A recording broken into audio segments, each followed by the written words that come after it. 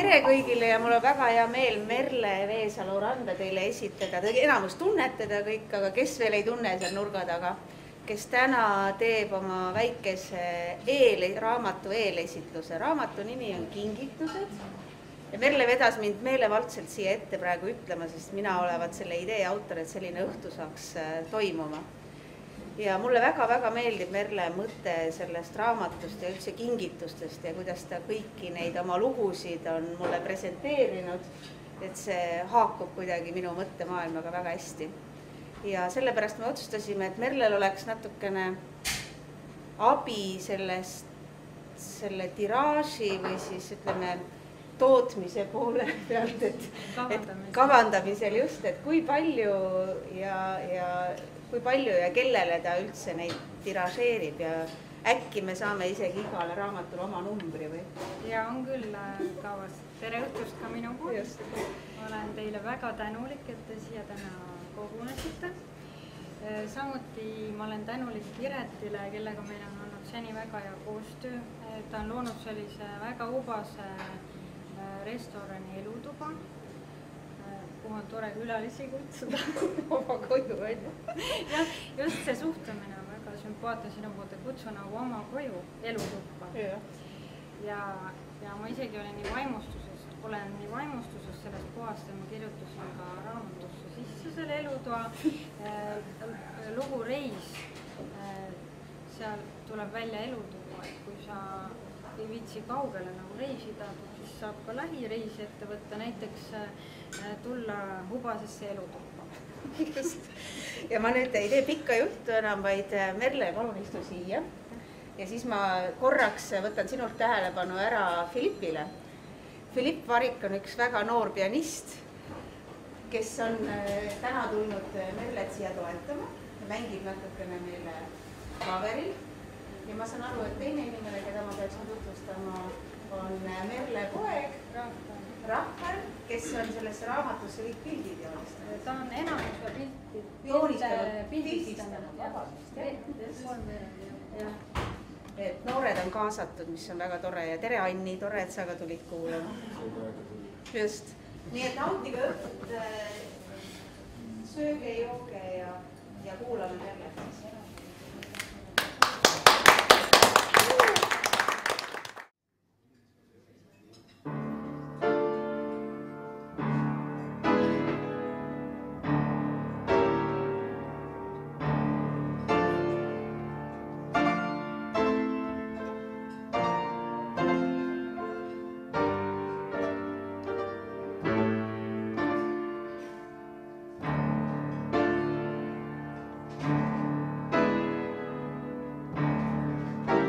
Kingituste raamat koondab endas 30 lugu, pluss eelmäng ja järelmäng.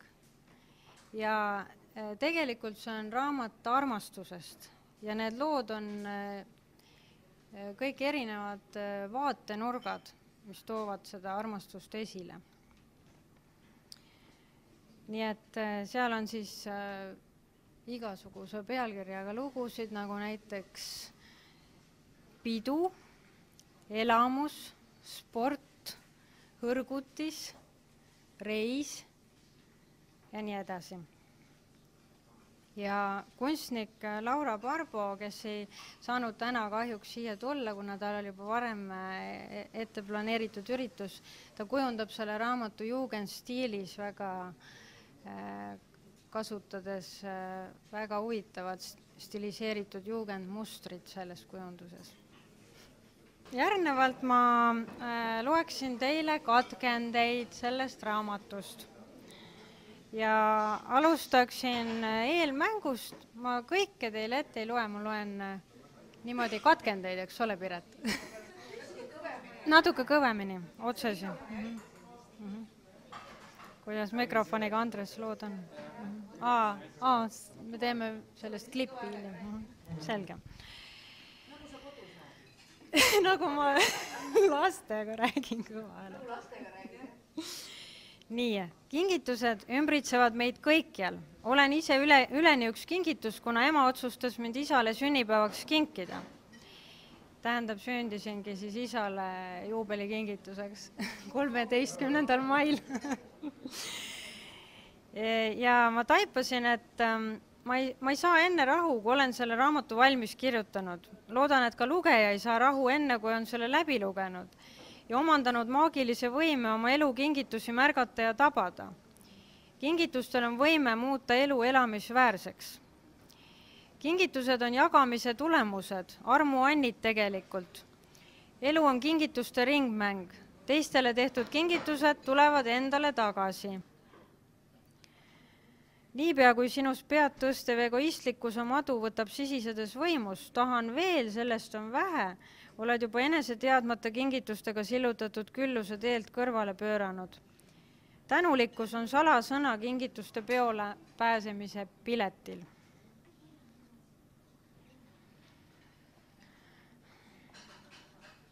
Nii. Ja selle raamatu läbivateks märksõnadeks on mäng ja pidu. Aga pidu ka mitte ainult traditsioonilises mõttes, vaid eelkõige oma argipäeva kujundamisest pidupäevaks. Nii et ka tavalist lihtsat päeva läbi elades on võimalik luua sellest pidupäev. Ja esimene kingitus ongi pidu ehk Federico Fellinilt olen ma siis võtnud moto selle loo jaoks. Sa eksisteerid ainult läbi selle, mida teed. Ja alusta sellega täna, millest oled kaua unistanud, aga mille tegemata jätmiseks oled lõputult ettekäändeid otsinud. Kes otsib, see leiab. Saada tagasi iga külaline, kes peidab selja taga sõnumit, sa ei ole seda väärt. Mida sa ootad? Paremat ilmastikku, ideed, inspireerivamat hetke. See aeg eksisteerib mingis utoopias, mil sul pole ühtegi segajat. Parimad tingimused võivad olla üksnes unenäos. Tee oma mõte teoks.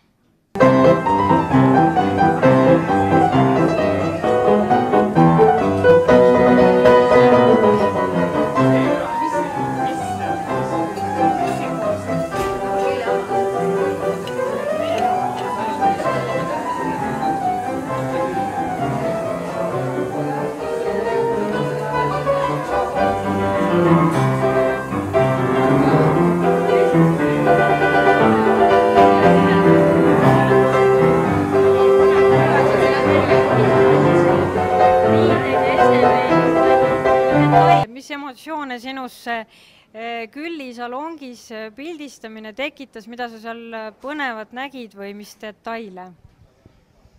Seal oli väga huvitav, sellised detailirohked rõivad ja asjad ja siis me mõtlesime, kuidas neid asju lugudega siduda ja tegime pilte ja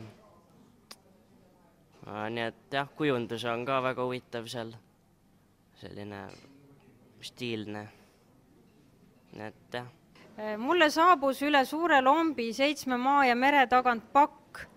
Ei saanud olla vähimatki kahtlust, et tegemist on kingitusega. Ka vajalikku lahtrisse oli kirjutatud kingitus. See oli pigem tinaraske kast kui pakk, aga mis vahet seal on? Kui kingituseks saadud, siis olgu pigem raskem kui kergem. Kast ei avanenud hõlpsalt, aga suutsin ta vastupanu lõpuks murda ja selle sisu paiskus kogu oma külluses minu ette. Hiiglaslik, mitu mind mahutav kasukas ja loendamatul hulgal litritega kaunistatud kingi. Ja kleidid, kleidid, kleidid. Peenest siidist esimese vabariigi aegsed kleidid, õhulised nagu unistused. Kasukale ja paadisuurustele kingapaaridele leidsin mõttes kohe uue omaniku, aga kleite asusin huviga selga proovima. Imestasin, kuidas saatja, tuttav keerulise elusaatusega väliseestlanna, raatsis oma noorpõlve kleidid mulle saata. Kas ta soovis oma minevikust sel moel vabaneda? Ma ei suutnud esimese hooga välja mõelda, millisel peol ma neid kleite kanda võiksin, aga veendunud, et nad istuvad mulle nagu valatult, otsustasin kindlalt, et nad võivad esialgu ka lihtsalt kapis rippudes minu õnnetunnet oluliselt suurendada. Pealegi võlus mind vintage'i stiil. Kui need kleidid ei ole vintage, mis siis veel on? Pluss veel eriline ajaloo hõng. Või oli see hoopis naftaliin? Aga järgmine lugu on pühendatud elutoale, sest tegemist on looga Hõrgutis. Nii, motoks on Karl Ristikivi tsitaat. See, mis sa naeratades kinkisid, võib kunagi otsa saada, aga naeratus jääb. Ja mul tuleb meelde, kuidas me Piretiga kevadel tuttavaks saime, kuidas ta kõiksugu maitsvaid hõrgutisi mulle pakkus ja naeratus jäi. Lapsi manitsetakse, toiduga ei mängita. Nad peavad esmalt soolase roa ära sööma ja alles peale seda tekib õigus magustoidule. Aga kas sellele jääb üldse ruumi? Nüüd võin vahel nimme magustoidust alustada, see oleks nagu kingitus täiskasvanuks saamise puhul. See, kes oskab olla toidukunstnik, on tavaliselt ka muus kunstis kodus. Kokakunsti hästi hoitud saladus on mõtetest ja tunnetest hõrgutiste valmistamine. Toiduained on sõnumitoojad. Need paraku lüüakse ju maha. Aga sõnum jääb.